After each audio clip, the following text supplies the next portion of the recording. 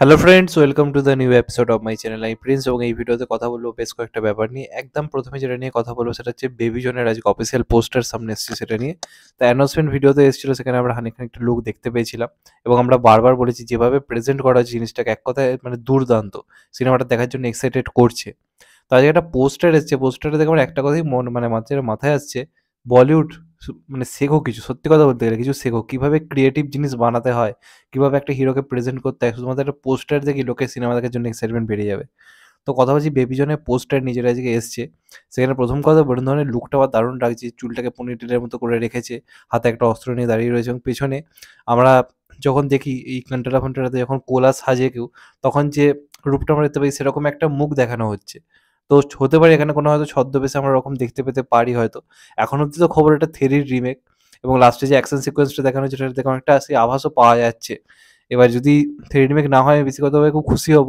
এবার যদি রিমেকটা খুব ভালোভাবে বানায় তাহলে খুবই ভালো হবে। তবে তারা যেভাবে প্রেজেন্ট করছে অ্যাডলি এবং ক্যালিস যেভাবে প্রেজেন্ট করছে মানে বরুণ ধাওয়ানকে, সেটা দারুণ। কারণ এই ধরনের সিনেমা দেওয়া দরকার বরুণ ধাওয়ানদের মতো অ্যাক্টরদের। কারণ শাহরুখ, সালমান, অক্ষয় এরা তো অনেকদিন সামলেছে। পরবর্তীকালে তো কাউকে টানতে হবে। রণবীর কাপুর রয়েছে। কিন্তু তা বাদে আর কেউ নেই যারা সেই স্টারডামটা অ্যাচিভ করতে পারে। তো সেখানে দাঁড়িয়ে বরুণ ধাওয়ানকে এরকম একটা স্ক্রিপ্ট দেওয়া হয়েছে, আই থিঙ্ক বরুণ ধাওয়ান ভালো করবে। কারণ বরুণ ধাওয়ানকে যখন ভালো ভালো পরিচালকরা কাজে লেগেছে না, বরুণ ধাওয়ান খুব ভালো অ্যাক্টিং করেওছে। ভেড়িয়া, বদলাপুর, অক্টোবর। তো আশা রয়েছে এই কাজটাও ভালো হবে। আপাতত প্রথম যে ইমপ্রেশনগুলো, অ্যানাউন্সমেন্ট ভিডিও, পোস্টার, এগুলো কিন্তু যথেষ্ট ভালো হচ্ছে। আজকের পোস্টারটা কত ইউনিক, মানে পোস্টার দেখি সিনেমা দেখার জন্য একটা এক্সাইটমেন্ট কাজ করবে। তো সাউথের লোকজনেরা যখন বলিউডের সঙ্গে যুক্ত হচ্ছে না, তখন সেই জিনিসটা কিন্তু একটা অন্যরকম কোয়ালিটি পাচ্ছে। যখন শুধু বলিউডের ডাইরেক্টররা, বলিউডের এডিটররা কাজ করছে তখন একরকম হচ্ছে, যখন সেখানে সাউথ যুক্ত হয়ে যাচ্ছে অন্যরকম কিছু পাচ্ছে। যেমন জওয়ান, মানে আলাদা লেভেল করে দিয়েছিল। তারপরে এটাও কিন্তু যাই হোক না কেন দেখে ভাই সিনেমাটা দেখার জন্য কিন্তু এক্সাইটেড করছে। এবার দেখা যাক ফাইনালি কেমন হয়। তো যখন এখন কথা হচ্ছে সাউথ নিয়ে, আপাতত একটা সিনেমা খুব সম্ভবত সাউথের রিমেক হতে পারে। এবার হতে পারে কি হতে পারে না সেটা নিয়ে এখন কথা হচ্ছে। এবং সেটার যে ফার্স্ট লুক সামনে সেটা হচ্ছে ভেদা পোস্টার। সেটা হচ্ছে জন আব্রাহামের আপকামিং সিনেমা এবং এটাতে তামান্না ভাটিয়া রয়েছে, আরও অনেকে রয়েছে, সারবারি ওয়াঘা রয়েছে, আরও অনেকে রয়েছে। তো এটা প্রথম থেকে যখন এটা মানে জন আব্রাহামের লুকটা সামনে আসে, ছোটো ছোটো চুল নেড়ার মাধ্যমে, সিনেমার নাম যেহেতু ভেদা, অনেকের বক্তব্য শুরু হয়েছে যে এটা ভেদা নামের রিমেক কিনা। এবার আজকে যে ফার্স্ট লুকটা সামনে এসছে সেটা থেকে অনেক কিছু বোঝা যাচ্ছে। তার কারণ হচ্ছে দেখবেন একটা পোস্টার বেরিয়েছে, জন আব্রাহাম পিঠে বন্দুক নিয়ে, হাতে একটা অস্ত্র নিয়ে দাঁড়িয়ে রয়েছে।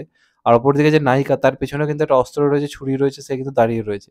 এবার এটা থেকে একটা জিনিস বোঝা যাচ্ছে এটা কিন্তু ভেদলামের রিমেক নাও হতে পারে। কারণ ভেদলামের যে সিনেমাটা সেটা কিন্তু অজিত কুমার বাদে কোনো নায়িকা চরিত্রের মধ্যে সেই মানে একটা সেই ব্যাপার কিন্তু ছিল না। প্রত্যেকটা নায়িকা কিন্তু খুবই সাধারণ একটা মানে চরিত্র পেয়েছিল।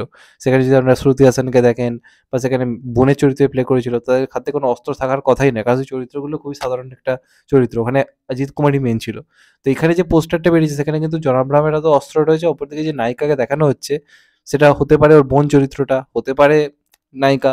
কিন্তু তার হাতেও একটা অস্ত্র দেখানো হচ্ছে, যেটা দেখে আমার মনে হচ্ছে না যেটা রিমেক হবে বলে। জন আব্রাহামের লুকটাও একটা সিমিলার লাগছে হয়তো ভেদালামের অজিত কুমারের লুকটার সঙ্গে, যে রাউডি যে লুকটা ছিল সেটার সঙ্গে একটা হয়তো চুলটার হয়তো মিল আছে। কিন্তু আমার একটা রিমেক মনে হচ্ছে হবে না। এবার সবকিছুই টিজার এলে আরও বোঝা যাবে। তো এই সিনেমাটার রিলিজ ডেট যে ঘোষণা করা হয়েছে এটা বেসিক্যালি আসছে হচ্ছে জুলাই মাসে। অনেকটাই টাইম রয়েছে, 12ই জুলাই রিলিজ করছে। তো আজকে ফার্স্ট লুক সামনে এসছে, পোস্টারটা কিন্তু বেশ ভালোই লাগছে। জন আব্রাহাম একজন অ্যাকশন হিরো হিসেবে যথেষ্ট ভালো। তবে জিনিসটাকে কীভাবে কী করে তারপর অনেক কিছু দেখা যায়। এবং যদি এটা ভেতনামের রিমেক হয় তাহলে কিন্তু চাপ রয়েছে। তবে আপাতত ফার্স্ট লুক যেরকম এলো দুজনের আর কি, পেছন থেকে যে শটটা দেখানো হচ্ছে দেখে আমার রিমেক কেন যেন মনে হচ্ছে না। তো এবার দেখা যাক ফাইনালি কী হয়। এরপর যেটা নিয়ে কথা বলবো সেটা বেসিক্যালি হচ্ছে পুষ্পা 3 নিয়ে। পুষ্পা 2 এর শুটিং তো অলরেডি চলছে এবং কতদিন চলবে কে জানে, কারণ আগস্ট মাসে রিলিজ, এখনও শুটিং চলছে। তো পোস্ট প্রোডাকশনে কাজটা হচ্ছে, আদৌ আগস্টে আসবে কিনা সেটা নিয়ে এখনও অবধি আমার যথেষ্ট সন্দেহ রয়েছে। তবে এরই মধ্যে একটা বড় খবর সামনে আসছে যে পুষ্পা 3ও নাকি হতে চলেছে। পুষ্পা 2 এর সঙ্গে পুষ্পা 3 এর লিঙ্ক থাকবে। মানে পুষ্পা 2 যেভাবে আর কি শেষ হবে, আর পুষ্পা 2 গল্পটা নাকি বিরাট বড় স্কেলের, হিউজ একটা গল্প।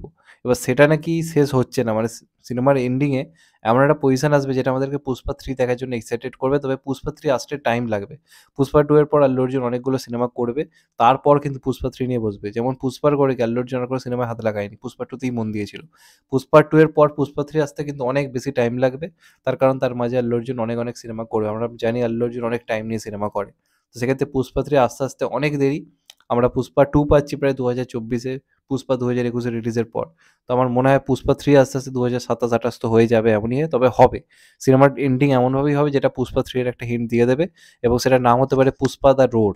ফার্স্টেরটা যেমন কি মানে সেকেন্ডে যেমন নাম হচ্ছে পুষ্পাদা রাইস ছিল প্রথমটা, সেকেন্ডটা পুষ্পাদা রুল, তৃতীয়টা কিন্তু পুষ্পাদা রোড এমনকি কিন্তু শোনা যাচ্ছে। এবার দেখা যাক ফাইনালি কেমন হয়। অবশ্যই এটা শোনার পর একটা এক্সাইটমেন্ট তো অবশ্যই কাজ করছে। এরপর যেটা নিয়ে কথা বলবো সেটা বেসিক্যালি হচ্ছে লিও 2 নিয়ে।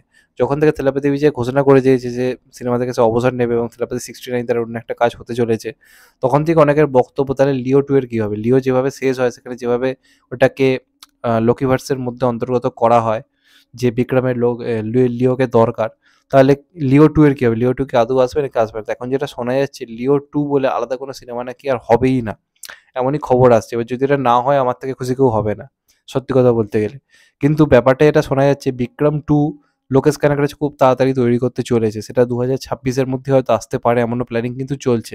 মানে মোটামুটি 2024 থেকে 2025 এর মধ্যে বিক্রম 2 এর কিন্তু কাজ মানে ভয়ঙ্কর জোরগতিতে হবে এবং সেখানে রোলেক্সের এগেইনস্টে আমরা বিক্রম, লিও, কাইথি সবাইকে কিন্তু দেখতে পেতে পারি। এমনটা কিন্তু খবর উঠে আসছে এবং সেই সিনেমাতে খুব সম্ভবত মানে বিক্রম যে 2 টা সেখানে লিও থাকবে। লিওর একটা ক্যামিও, এক্সটেন্ডেড ক্যামিও থাকতে চলেছে এবং সেই সিনেমাটাতে কিন্তু সম্ভবত যেটুকু জানা যাচ্ছে লিওকে কিন্তু ওখানে মেরে ফেলা হবে।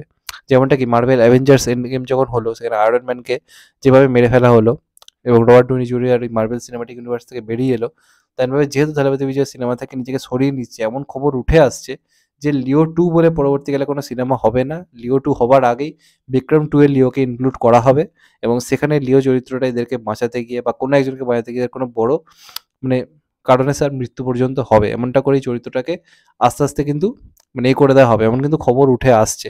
তো যদি এটা হয় সেটা থালাপতি বিজয় ফ্যান্সদের জন্য খুবই দুঃখজনক। আমাদের সবার জন্যই খুবই দুঃখজনক। তবে সিনেমাটা যে কি লেভেলের বিজনেস করবে সেটা আই থিংক আর বলে দিতে হবে না। তো এটাই লিও 2 সম্বন্ধিত আপডেট। লিও 2 সম্ভবত হচ্ছে না এবং বিক্রম 2 তেই আমরা হয়তো লিওকে শেষবারের মতো দেখতে পেতে পারি। এমনটাই কিন্তু খবর উঠে আসছে। তো এটা শুনে তোমাদের কি মতামত অবশ্যই কমেন্ট করে জানাও। চ্যানেলটা নতুন হলে চ্যানেলটাকে সাবস্ক্রাইব করে দিও and get the bell icon. ভালো থেকো সবাই। টেক কেয়ার, নমস্কার। আবার দেখা হবে হয়তো ভাই। সবাই ভালো থেকো, সুস্থ থেকো। টেক কেয়ার, নমস্কার। আবার দেখা হবে। ভালো থেকো সবাই। Take care.